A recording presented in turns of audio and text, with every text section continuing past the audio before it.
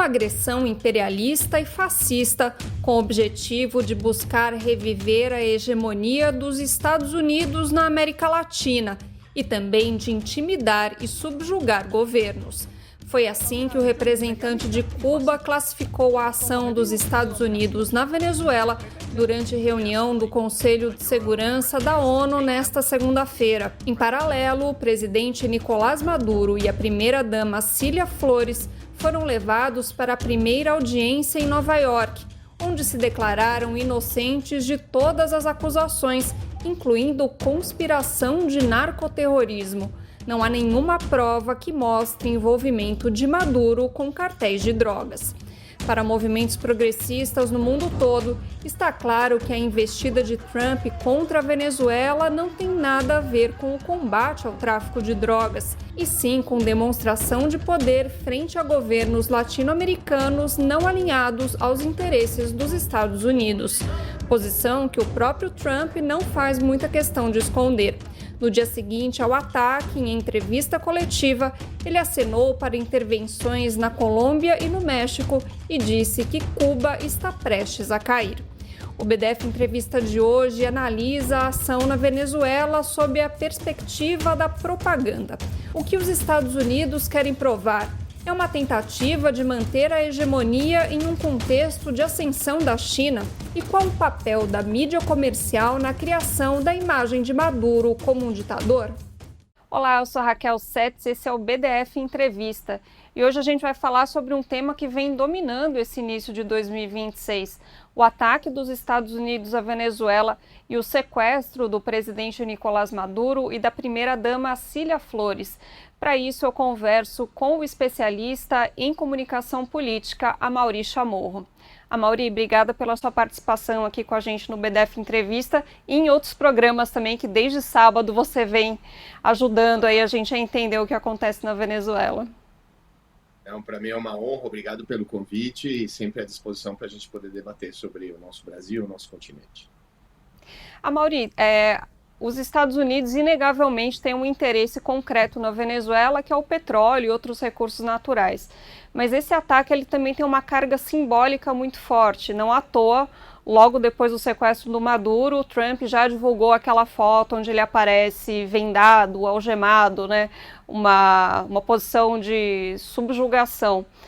Eu queria que você explicasse para a gente qual que é o peso simbólico disso, primeiro para outros governos, outros povos da América Latina não alinhados aos Estados Unidos. Os Estados Unidos procuram essa imagem há 25 anos, desde que o presidente Hugo Chávez venceu a eleição em 98, há mais de 25 anos, né? Quando em 98 o presidente Hugo Chávez vence a eleição na Venezuela. A Venezuela se transformou num grande símbolo de resistência, mas não só do ponto de vista da militância, senão de resistência e de vitória de um governo que ganha uma eleição dentro de uma democracia liberal burguesa e inicia um processo, praticamente uma revolução sem armas, transformando a realidade não só da Venezuela, mas também rearticulando as forças de esquerda da América Latina e do mundo.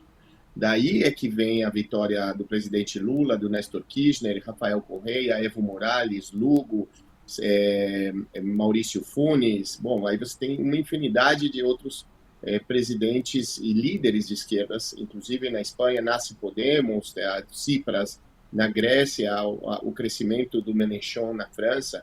Tudo isso tem a ver com a relação deles e a Revolução Bolivariana. Então, vencer, nesse caso, né, simbolicamente, a Venezuela, não é só ter o petróleo, o controle dos recursos naturais, mas é sim dar uma espécie de um golpe mortal para aquela força que conseguiu ser o centro da articulação dessas esquerdas do nosso continente. Porém, isso não acontece com o sequestro do presidente Nicolás Maduro. A Venezuela, não, como eu disse numa entrevista anterior, não tem um vazio de poder.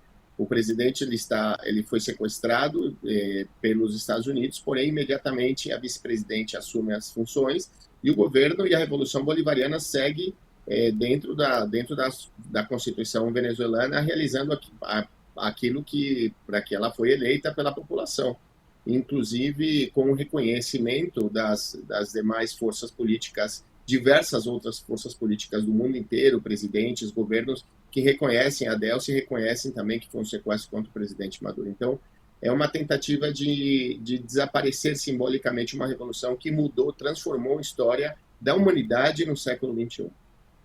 E qual que é o peso simbólico disso internamente, né? Pensando ali nos Estados Unidos, tanto para os apoiadores do Trump quanto para os opositores dele? Ou seja, o sequestro do presidente Nicolás Maduro, ele representa uma vitória militar e política importante para o Donald Trump. Não é uma coisa menor. Claro, há setores que são oposição ao Donald Trump dentro do seu próprio partido, que estão, de alguma maneira denunciam essa barbaridade cometida pelos Estados Unidos, porque nunca antes na história da humanidade, dos Estados Unidos, da humanidade não, mas dos Estados Unidos, desde que ele foi fundado, ele havia sequestrado um presidente em funções de um país e trazido para a sua própria terra, para Nova York, né, praticamente a sua capital. A capital do mundo, que eu quero referir com as cidades mais importantes do planeta. Então, você realiza um ato que atropela o direito internacional e, mais do que tudo, deslegitima os Estados Unidos como um país que leva a liberdade, leva a democracia. Essa é a justificativa dos bombardeios, dos assassinatos dos Estados Unidos, né? Nunca é o petróleo, nunca é o controle dos recursos naturais dos países periféricos, mas sim a questão do controle do funcionamento de uma falsa democracia, de uma falsa liberdade, que é como exemplo, que tem como faro referente a própria democracia dos Estados Unidos. Imagina só uma democracia onde não ganha a eleição quem é o mais votado. Então você já imagina como isso é distorcido. Apesar disso, os Estados Unidos vêm ao longo dos séculos indicando que leva à liberdade, né? Na sua fundação, isso a gente precisa entender, a fundação dos Estados Unidos, existe a declaração de que eles são resultado da Santa Providência, né? Como que se Deus ou as forças espirituais que benzeram os Estados Unidos, o seu povo, para levar essa luz, essa democracia, essa liberdade para o resto do mundo, que é uma falácia, obviamente, porque eles só levaram morte, levaram desestabilidade, pobreza, né? Então, é uma situação que não é real. E, simbolicamente, os Estados Unidos, eles mantinham, então, o controle do planeta. Já esse tipo de atitude frontal do Donald Trump, o que eu acho que é melhor para o mundo, é melhor para a América Latina, no sentido de que há uma confrontação direta, verbal, e de posturas políticas, ela permite entender como os Estados Unidos estão atuando e como eles vão atuar. Eles não confundem, não é que nem o Obama, né? O Obama, ele um presidente super carismático, com também uma gestão comunicacional, uma estratégia de comunicação fantástica, que foi posicionada, inclusive, por setores progressistas brasileiros, latino-americanos, como uma renovação. Foi o presidente que mais guerras manteve durante 8 anos de governo. É um genocida, um homem que saqueou o planeta também, só que ele era um cara querido, sorridente, que abraçava e falou para o Lula, he's the guy. Lembra? Numa reunião do G7, he's the guy. Porém, esse he's the guy, a operação da Lava Jato, que nasce no governo do Obama, pelo Departamento de Justiça, que rearticula as forças persecutórias aí da América Latina, fascistas, dentro dos judiciários, deteve ilegalmente o presidente Lula durante todo o tempo que ele esteve preso. Então, essa hipocrisia dos Estados Unidos, ela foi por água abaixo, e essa era uma das principais armas que os Estados Unidos tinham, essa falsa moral, mas que de alguma maneira confundia um pouco a opinião pública. Agora o Trump já é direto, eu vou te sequestrar, eu vou te matar, eu vou te bombardear, e é isso que ele faz. E no dia seguinte ele já falou que ia colocar as empresas estadunidenses de petróleo para explorarem o petróleo venezuelano, né? Já está bem mais descarado. E Amaury, tudo isso acontece em um contexto em que a China vem ganhando importância, principalmente no sul global. Você acredita que essa nova configuração geopolítica também influenciou essa ação do Trump? Sem dúvida alguma. A China, ela é o principal destino econômico de toda a América Latina. Com raras exceções, praticamente todos os países do nosso continente exportam os seus commodities, as suas matérias-primas para a China.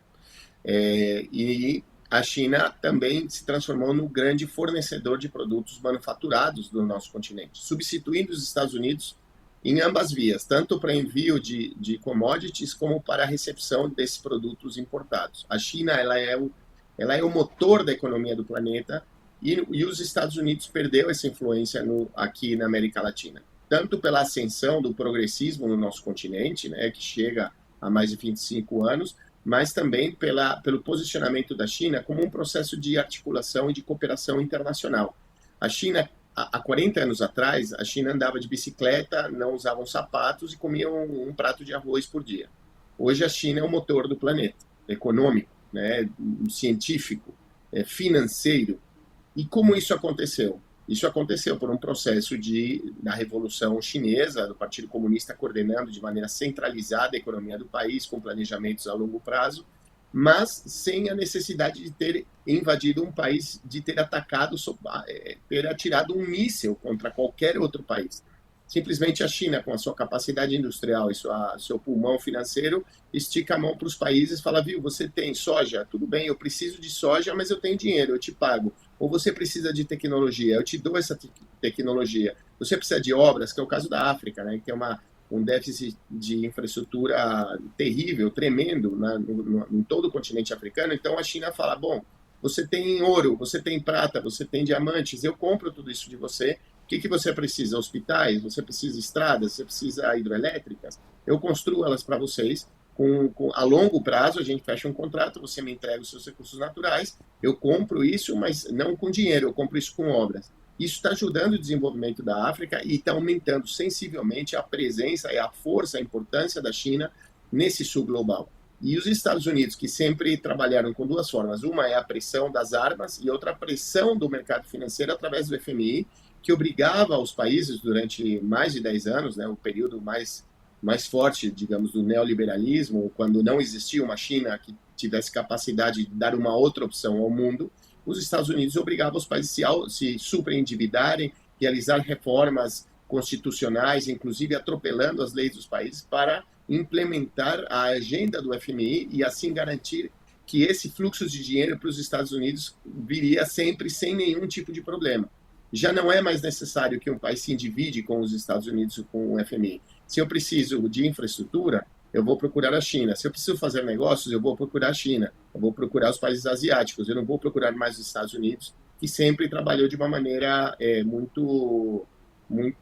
de uma pressão econômica, fazendo com que os países estivessem sempre ajoelhados, subordinados a eles. Naquela entrevista que o Trump deu no Air Force One, ele já acenou para intervir também na Colômbia e no México. Ele também falou de Cuba, mas falou que Cuba não precisa intervir porque vai cair por si só. A gente sabe que o Trump ele tem esse estilo de negociação, de blefar muito, de falar que vai fazer coisas absurdas para conseguir negociar com uma vantagem. Né? Você acredita que também essa ação toda na Venezuela também tem esse objetivo de pressionar os outros países da região a serem mais subservientes aos Estados Unidos? Sim, e a gente deveria somar um elemento à nossa análise, que é a questão da eleição de Honduras. O que aconteceu em Honduras? Olha o que seria uma contradição política e legal dos Estados Unidos, mas isso dá um exemplo claro de como ele vai atuar, como ele vai proceder no nosso continente. Há poucas semanas atrás, durante o processo eleitoral em Honduras, que eleição tanto para prefeitos como para a presidência da República, que isso acontece num único período, o presidente Donald Trump assinou o indulto, ele liberou o ex-presidente de Honduras condenado por narcotráfico a 40 anos de prisão. Comprovadíssimo, era um narcotraficante e ele utilizou a presidência da República para poder exportar mais drogas e ficar mais rico. Ele foi preso, ele foi condenado, 40 anos de prisão. O presidente Trump ordena liberar para exercer uma pressão contra Honduras e evitar, assim, que a esquerda voltasse a ganhar a eleição, tanto na presidência da República como na prefeitura de Tegucigalpa, que é a cidade mais importante do país, a capital. Então, houve um esforço político de liberar e não foi legal a liberação desse narcotraficante, ela foi legal porque ele tem a Constituição dos Estados Unidos permite que o presidente faça isso, mas se ele está acusando o presidente Nicolás Maduro de narcotraficante, como é que ele libera um outro já condenado, né? Também presidente? E essa pressão está sendo exercida contra a Colômbia agora. Né? Essa ameaça de morte que o presidente Trump fez contra o presidente Petro, ela tem duas funções. O primeiro é realmente colocar em alerta o presidente Petro, que ele pode sim sofrer algum tipo de ataque dos Estados Unidos ou algum tipo de detenção ou perseguição, porque o governo dele termina agora em agosto, e serve também como uma mensagem, uma forma de pressionar o país, que é um país que ainda sofre o flagelo de 200 anos de guerra civil. No Brasil e no mundo, as pessoas não acompanham a realidade da Colômbia, porém, apesar o governo da Colômbia ter assinado um acordo com as Farc em 2016, existem outras dezenas de grupos armados, tanto de direita como de esquerda, que disputam espaços para controlar a produção de cocaína do país, majoritariamente, para poder continuar fazendo negócios com os Estados Unidos, porque essa é a realidade. Então, o presidente Petro vai agora enfrentar uma eleição presidencial, à esquerda colombiana, sob a ameaça dos Estados Unidos. E isso faz com que a opinião pública, certos setores da opinião pública da Colômbia, fiquem com medo, realmente, imaginem que isso possa acontecer. Porém, há uma dinâmica interessante que eu já faço essa leitura, na verdade, aqui no país, e eu estou na Colômbia, né, realmente por temas de trabalho, pela questão da eleição e tudo mais, que acontece o seguinte: setores de direita que não são uribistas, ou seja, não são fiéis ao ex-presidente Álvaro Uribe, ou seja, eles não são tão radicais, eles não são violentos, eles não apoiam o assassinato constante das lideranças de esquerda, é uma direita mais liberal, mais próxima ao centro. Essa direita, ela não aceitou e ela não viu com bons olhos essa postura do presidente Donald Trump contra o presidente da Colômbia. Porque, claro, eu posso ser oposição ao presidente Petro, porém há uma institucionalidade no país, é um país que praticamente é o único país do nosso continente que não teve uma ditadura, que teve um pequeno período militar, que depois foi substituído e imediatamente foi convocado a eleições, porém podemos afirmar que é um país que nunca teve uma ditadura, nunca teve um golpe de Estado no país, porém é o país que mais mortos gerou na história do nosso continente. É uma contradição nisso, porém a liberdade e a democracia que os Estados Unidos tanto indicam, aqui aconteceu. Então essa direita não aceitou essa mensagem de ameaça ao presidente Gustavo Petro e ao país, né, ameaçando que poderia bombardeá-lo e tudo mais.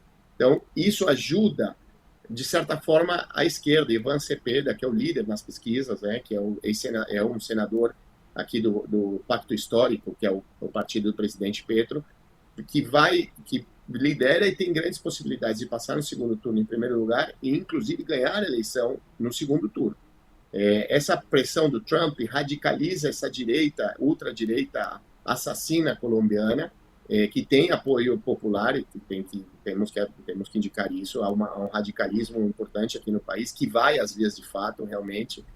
Porém, a maioria da população está cansada de guerra, não quer violência e viu na esquerda, inclusive nos 4 anos de governo Petro, de um esforço de tentativa de chegar num acordo de paz com todos os grupos armados, de diminuir a violência, e não viu um Estado que usasse seus serviços de inteligência para perseguir a oposição.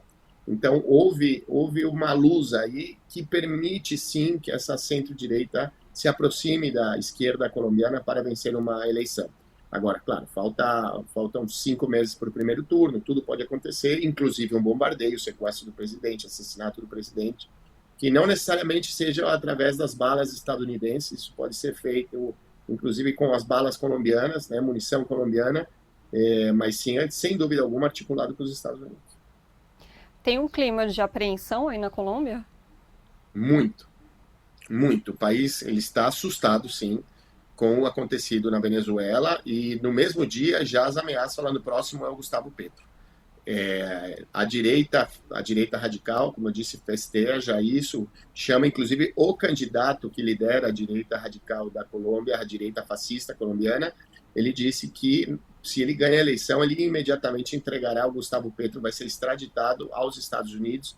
E eles chamam, sim, ao bombardeio. Eles pedem que os Estados Unidos iniciem uma ação armada contra o governo do presidente Gustavo Petro. Agora, há meios de comunicação de direita que não apoiam essa ação, estão um pouco assustados, né, por essa virulência, porque sabem inclusive que o Trump normalmente ele acaba indo às vias de fato, em alguns casos, não sempre. Vamos ver se ele vai anexar a Groenlândia aos Estados Unidos, junto com o Canadá, né, que é uma coisa que ele vem falando há muito tempo, mas a gente sabe que no caso aqui da América Latina, diferente da Europa, diferente da América do Norte, ele atua com maior violência. Bom, vimos o que aconteceu esse fim de semana na Venezuela. Uhum. E o Trump, ele tem usado a expressão narcoterrorista e remete à guerra ao terror, né, que o Bush empreendeu ali no início dos anos 2000, em que bastava uma pessoa ter suspeita de ser um terrorista para perder qualquer direito, ser sujeito à tortura, à prisão arbitrária, execução, enfim, toda uma série de violação dos direitos humanos. A gente está vendo uma volta dessa guerra ao terror, só que agora com o foco na América Latina? Olha, ele é interessante, né? O terror, no caso dos países, o terror que veio do Oriente, né? O terror do extremismo islâmico contra os Estados Unidos. Então, você tem só a palavra terror. Como não existe essa orientação radical, religiosa, fanática contra os Estados Unidos, que isso também foi gerado pelas invasões dos Estados Unidos a diversos países do Oriente Médio e da Ásia. No caso da América Latina, a única justificativa poderia ser o narcotráfico, né? Então ele utiliza a guerra ao narcoterrorismo, né? Ele cria uma nova categoria para justificar o seguinte, é isso que a gente precisa entender. Por que ele utiliza esse termo narcoterrorismo? Porque ele precisa, no caso de uma invasão a qualquer país ou bombardeio, o início de uma guerra contra qualquer país no mundo, a lei americana obriga que ele tenha aprovação do Congresso. Como ele sabe que ele não tem aprovação do Congresso, ele cria essa categoria narcoterrorismo, porque ele pode sim realizar operações militares extrafronteiriças dos Estados Unidos, sem precisar da autorização do Congresso estadunidense. Então, ele acusa o presidente Nicolás Maduro, ele pode falar de terrorismo. Como um terrorismo? Ele explodiu alguma bomba nos Estados Unidos? Ele matou alguém? Não, isso não aconteceu. Então, eu complemento com de narcotráfico. Porém, há uma outra barbeiragem que vai ficar muito em evidência durante o julgamento do injusto, ilegal, imoral julgamento ao presidente Nicolás Maduro nos Estados Unidos, que é justificar o narcotráfico na Venezuela. Isso eu posso te reafirmar. A Venezuela ela não é nem produtora, nem é um país de trânsito da droga produzida pela Colômbia para os Estados Unidos. Quase toda a droga produzida, quase toda a cocaína produzida na Colômbia, que é o maior produtor de cocaína do mundo, a Colômbia produz 90% da cocaína consumida no planeta, sendo que desse 90%, 85% dessa droga vai para os Estados Unidos. A Colômbia tem, primeiro, saída por 2 oceanos, né, Pacífico e Atlântico. Ela é muito mais perto dos Estados Unidos do que seria a Venezuela. E a grande maioria da sua droga sai pelo Equador, sai pelo sul, pela fronteira sul da Colômbia, que é onde ficam os grandes laboratórios de produção de coca e as grandes plantações de folha de coca. Então, sai essa droga diretamente ao México para ingressar aos Estados Unidos por terra. Então, a Venezuela não tem nada a ver com isso. Então, agora que eles sequestram o presidente acusando de narcotraficante, eles vão ter que provar que ele seja um narcotraficante, o que não é real. Né? Você tem um processo de comércio direto dos Estados Unidos com a Colômbia, com um grande distribuidor dessa droga, que é o México, né? Que ele recebe toda essa droga que sai da Colômbia, ela fica guardada no México e ela pouco a pouco vai ingressando aos Estados Unidos por terra. E por esses mesmos canais, os Estados Unidos vendem as armas aos cartéis, isso é fundamental entender, e vende as armas para os governos combaterem os cartéis. É um negócio perfeito. A cocaína que custa $1.000 a tonelada, $1.000 o quilo na Colômbia, nos Estados Unidos, em Nova York, pode chegar a custar $250 mil. Então você tem uma economia de $600 bilhões acontecendo dentro dos Estados Unidos, né, da compra da cocaína. Esse dinheiro, sem dúvida alguma, entra no mercado financeiro dos Estados Unidos, ele alimenta empresas, lavagem de dinheiro, e aí o Estado, junto, em parceria com as grandes empresas fabricantes de armas, vendem ilegalmente seu armamento e munição para os cartéis do narcotráfico, porque como pode ser que um cartel, um grupo armado no Brasil, ou na Colômbia, ou no Peru, tenham armas 0 quilômetros, recém-fabricadas, com munição nova dos Estados Unidos, aí no seu próprio território. E aí eles vendem também as armas, preferencialmente, para os países que combatem supostamente o narcotráfico. É um negócio redondíssimo. Os Estados Unidos faturam muito dinheiro com isso. Por isso que os Estados Unidos nunca impediram realmente o narcotráfico. Isso é mentira. Eles nunca combateram o narcotráfico. Essa é uma hipocrisia que perdura desde o surgimento, desde que eles se deram conta que a venda de cocaína no continente, produzida no continente latino-americano, principalmente América do Sul, posta no mercado nos Estados Unidos, pode ser muito rentável, porque ela permite também a justificativa de vender muito mais armas para o nosso continente. Então, quem põe os mortos do narcotráfico é a América Latina. Quem fica com o dinheiro são os Estados Unidos. Então, há uma assimetria nisso. E a Venezuela não tem nada a ver com o narcotráfico, não existe um metro quadrado de plantação de folha de coca, não existe um laboratório e também não é dos portos venezuelanos que sai a droga para o México. Uhum. Desde que aconteceu, né, a ação na Venezuela, vem surgindo certas teorias conspiratórias, por exemplo, de que a Delcy Rodrigues teria colaborado com os Estados Unidos, ou que o próprio Maduro teria fechado um acordo. Esse tipo de narrativa também é bastante interessante para o governo Trump, né? Eles precisam criar uma condição de debilidade da Delcy, né? A Delcy, que era uma pessoa que tem absoluto apoio das bases chavistas, tem absoluto apoio do seu círculo político, das Forças Armadas, das Forças de Segurança da Venezuela. Obviamente, você negociar com alguém que está sentado realmente na cadeira de presidente da República, que tem comando do país, é muito mais difícil de que você negociar com alguém que está sempre sob a suspeita de que ela possa ter traído o presidente Nicolás Maduro e ela tenha sido artífice do sequestro do presidente Nicolás Maduro. Isso não é real. A presidenta Delcy Rodrigues não participou de nenhum processo conspiratório, nem o alto governo da Venezuela, para entregar o presidente Nicolás Maduro. Não houve uma entrega, houve realmente um sequestro. Porém, há sim uma suspeita, que inclusive a Delcy já oficializa, de participação de setores das Forças Armadas, ela não acusa as Forças Armadas, mas de setores que ajudaram, apoiaram essa invasão da Venezuela.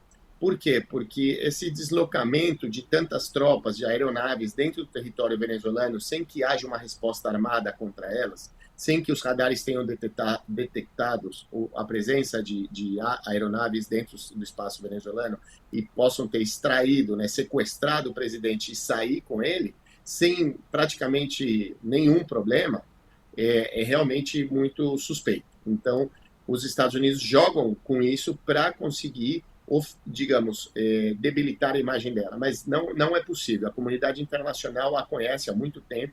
É uma pessoa muito séria, muito respeitada, inclusive. Eu assessorei a Delcy durante alguns anos. Eu morei na Venezuela, eu conheço muito bem a presidenta. E ela é muito séria, muito capaz, muito formada e preparada.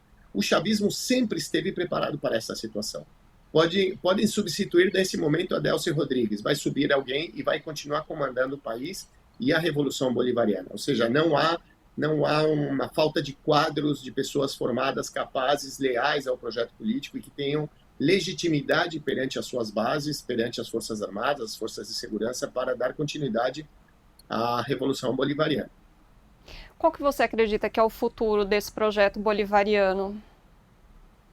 Eu acho que nesse momento, obviamente, sofre um revés importante, né? A sequestro do presidente demonstra uma série de falências de segurança e de vulnerabilidade do país, né? Que antes havia uma retórica de resistência e que custaria muito caro para os Estados Unidos fazerem uma ação como essa. Os Estados Unidos fizeram, foram absolutamente bem-sucedidos nessa operação.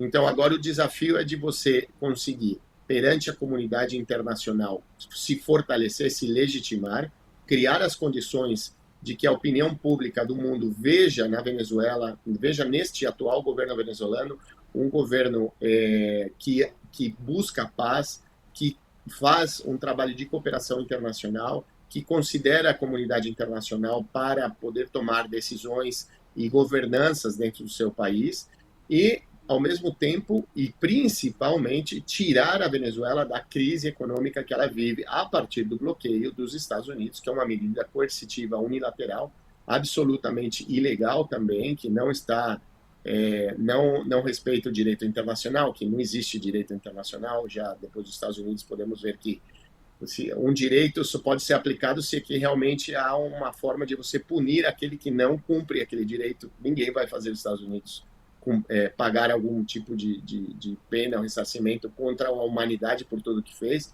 nem a Europa por tudo que fez contra a África, contra a Ásia, contra a América.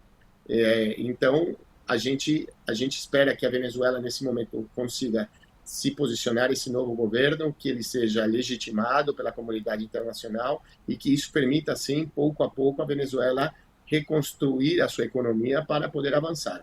Agora, sobre o futuro da oposição, a própria oposição venezuelana ela foi, nesse momento, arrasada pelo Donald Trump. O Donald Trump matou politicamente a legitimidade da Maria Corina Machado e o Marco Rubio, secretário de Estado, aproveitou para indicar que também o Edmundo González não é presidente, que ele não ganhou a eleição presidencial e que eles vão falar e vão se relacionar diretamente com a Delcy Rodrigues, que é a atual presidenta da Venezuela. A oposição não existe. A Venezuela vai ter um desafio, e é uma coisa interessante, porque a legislação venezuelana obriga que a Delcy, nesse momento, como vice-presidente, antes de ser empossada, ela tivesse que convocar eleições para no máximo um mês para eleger o presidente, né? A legislação indica isso, que no caso de ausência do presidente, tem que ser imediatamente convocadas as eleições. Porém, o presidente Nicolás Maduro, perante a Constituição venezuelana e a Justiça venezuelana e o seu Congresso, no caso da Assembleia, ele é considerado o presidente ainda do país constitucional, ou seja, não há um vazio presidencial. E a Delcy assume as funções de presidente encarregada, já que o presidente é impedido de exercer as suas funções por ser sequestrado. Ou seja, ela não está obrigada a convocar eleições nesse momento. Então, para a oposição, fica muito difícil, inclusive, perante a comunidade internacional, não, vamos convocar novas eleições. Fala, peraí, o país acaba de ser invadido e ter seu presidente sequestrado. Como é que você vem agora pedir eleições no país, né? Então, a situação ela foi nefasta para a oposição venezuelana. Ela está absolutamente rendida. Na política, nada está escrito em pedra, né? Ou seja, nada é imutável. Ela realmente pode, alguma conjuntura, mudar a situação, mas neste momento a oposição venezuelana não tem nenhuma capacidade de exigir ao mundo, pressionar a Venezuela para a realização de algum tipo de eleição. Uhum. E como que você avalia o posicionamento dos líderes latino-americanos, especialmente do presidente Lula? O presidente Lula, ele sempre foi uma pessoa muito cauta, né, muito cuidadosa nas relações internacionais. Ele nunca, a diferença dos demais líderes da esquerda latino-americana, que são muito mais frontais, digamos, né, contra os Estados Unidos, e principalmente nesse tipo de ações cometidas, esse assalto que teve contra a Venezuela nesse fim de semana, o presidente Lula, fazendo cálculos importantes, não foi tão firme assim, falando como, por exemplo, o presidente Petro, sobre a questão da ação dos Estados Unidos, né? O Brasil tomou uma postura muito mais diplomática, ponderada, porque o presidente Lula também faz o cálculo, ele tem a obrigação de defender os interesses do Brasil. Porém, politicamente, a médio e longo prazo, esse tipo de postura um pouco mais ponderada, ela tem um custo também. O Brasil já sofreu, a presidenta Dilma sofreu um golpe de Estado, o presidente Lula foi preso, ele sofreu um golpe de Estado, que a gente, agora, dia 8 de janeiro, a gente volta a lembrar essa nefasta data na história recente do Brasil. E isso tudo acontece justamente por essa linguagem, essa forma muito característica do Brasil e da esquerda brasileira, de ser um pouco mais polida, de não ser tão radical no enfrentamento com os Estados Unidos. Claro, o Brasil não é a Venezuela, o Brasil é uma das 10 maiores economias do planeta, é uma economia que exporta muito para os Estados Unidos, é um país que tem uma defasagem na sua industrialização de algumas décadas, mas de alguma forma há um projeto nacional apresentado pelo vice-presidente Alckmin, que já está trazendo resultados para o país, mais lentos do que deveriam ser, mas já está acontecendo, ou seja, o Brasil volta a olhar num processo de industrialização, principalmente com a questão das energias renováveis, há uma presença da China importantíssima como parceiro econômico. Então, o Brasil, o presidente Lula calcula tudo isso para dizer, bom, como é que eu vou qual vai ser a minha postura? Porém, o que a gente tem que saber é que os Estados Unidos, se eles precisarem bombardear Brasília, eles vão bombardear Brasília. Eles vão derrubar o presidente Lula, eles vão matar o presidente Lula se for necessário. Eles não têm nenhum problema, seja o Trump, seja um partido democrata, seja o republicano, seja o Obama, seja quem for. A postura deles ela é muito hipócrita, a vantagem é que o Trump é frontal. Então, eu acredito que neste momento, claro, uma postura ponderada possa servir para não romper esse processo de diálogo que o presidente Lula conseguiu com o Donald Trump, que tirou o Brasil, né, daquele grupo de países que seriam punidos economicamente pela questão das tarifas, né, subordinação do Brasil aos Estados Unidos. Isso não aconteceu do jeito que o Trump queria. Há sim uma vitória do presidente Lula nisso, e o que eu acho que ele está tentando é preservar isso daí. Mas no médio e longo prazo, na verdade, isso é ruim para o Brasil e é ruim para a América Latina. Por quê? Porque isso demonstra que quando os Estados Unidos pisam firme e falam grosso, tem certos países, e o maior país da nossa região, ele não reage num mesmo tom. Como que ele dá um passo atrás, ele fica com medo. E esse medo é o que permite os Estados Unidos avançar contra a Venezuela e contra o continente. Eu quero citar um caso real, que tem a ver com o que aconteceu com a Venezuela. Quando houve eleições na Venezuela, o Brasil não reconhece o resultado da eleição e o Brasil joga um papel quase que afinado aos Estados Unidos em questionar a eleição venezuelana, enfraquecendo a posição internacional da Venezuela e do presidente Nicolás Maduro. E, como retaliação do Brasil à Venezuela, o Brasil veta a entrada da Venezuela aos BRICS. Isso é uma mancha na diplomacia brasileira, isso é terrível. E isso, sem dúvida alguma, ajudou a criar as condições diplomáticas e de opinião pública para que os Estados Unidos fizessem o que ele fez contra a Venezuela. Então, agora, a mira é a Colômbia. Está na mira também agora o México. E a gente vai continuar sendo mais polido? Nós nos apegamos ao direito internacional. Não, é uma questão política que vai muito além do direito internacional. Uhum.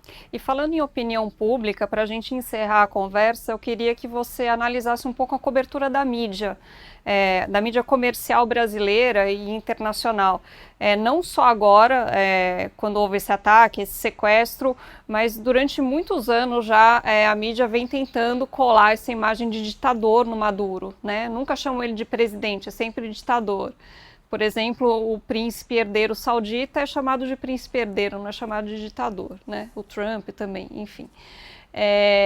Queria que você, então, fizesse uma análise disso e como que isso também criou um caldo para a gente aceitar com mais normalidade uma situação completamente anormal e anômala, como foi esse ataque, esse sequestro de um presidente de um país soberano.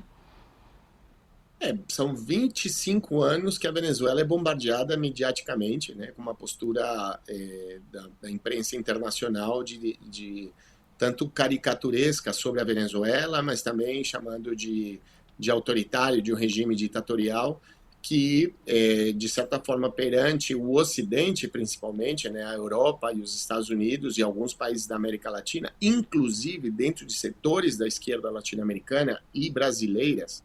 A gente tem a postura de alguns líderes e importantes nomes da esquerda brasileira fazendo eco a essa acusação de ditadura. Vamos lembrar que a Venezuela ganhou, a oposição venezuelana ganhou diversas vezes eleições, inclusive ganhou a maioria no parlamento, e foi reconhecido pelo presidente Nicolás Maduro. Alguns governadores de oposição ganharam eleições para governos de estado, para prefeituras, e eles foram reconhecidos, eles governam os territórios que eles venceram as eleições. Se fosse uma ditadura, isso não aconteceria. Na Venezuela tem 2.000 meios de comunicação de oposição que são privados e eles não são fechados todos os dias. Obviamente, um país que está sendo atacado militarmente, eu não preciso querer dar exemplos disso, olha o que aconteceu sábado, um país desse vai ter uma atuação dos serviços de segurança que vai ser muito mais ostensiva para um presidente, para proteger um governo, um Estado que está sendo atacado diretamente com armas, com um processo de desestabilização desde os Estados Unidos e desde a Colômbia. Então, obviamente, vai ter um endurecimento das legislações. Claro, isso não pode romper a questão dos direitos humanos, os direitos das pessoas de se defenderem e tudo mais. E se há incumprimento do Estado venezuelano em relação a isso, ele tem que responder e tem que ser a população venezuelana que tem imediatamente que cobrar resultados e respostas do governo.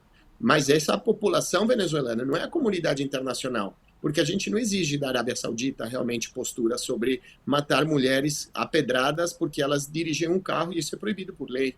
Isso, em nenhum momento a gente exigiu isso, porque, claro, é o príncipe saudita, lá é muito dinheiro, parte desse dinheiro vem de investimento para o Brasil, vai para os Estados Unidos, está na Europa, compra times de futebol. Então, aí está tudo bem, é uma normalização. É uma grande hipocrisia do mundo ocidental, da Europa e dos Estados Unidos, em relação à América. E o que me preocupa e que me indigna, eu diria, é ver as forças progressistas do nosso continente, que deveriam ter como função primordial de levar os nossos povos, as nossas sociedades, os nossos países, o nosso continente para um processo de soberania, né, de autodeterminação, onde, apesar de a gente não ter a capacidade militar, científica e econômica de sobreviver a um ataque dos Estados Unidos ou da Europa contra a gente, mas a gente tem a dignidade de enfrentá-los com a cabeça erguida.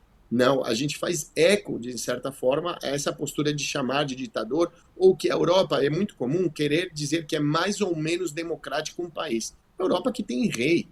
A Europa, a Espanha, querer classificar o Brasil, isso eu vejo, inclusive as esquerdas europeias, francesas, espanholas, inglesas, querer classificar, não, aqui é mais ou menos democrático. A França ocupa militarmente países da África, comete genocídios, financia golpes de Estado e mata presidentes. Na Espanha, houve 40 anos de ditadura do Franco, mais a Guerra Civil, eles não sabem nem quantos mortos houve durante o fascismo espanhol, e até a presente data, eles sequer sabem onde estão os corpos. E eles são, ainda o chefe do Estado é um rei, tem família real. Então, enquanto um país e um continente tiver reis, não vão vir aqui para o Brasil, ou para nós aqui latino-americanos, dizer o que é certo e o que é errado. Quem determina o que é certo e o que é errado para nós somos nós mesmos. Então a gente tem que parar com essa tentativa de aceitação da Europa e dos Estados Unidos para que a gente seja visto como uma coisa mais polida, uma democracia assim mais aceita em Paris. Não.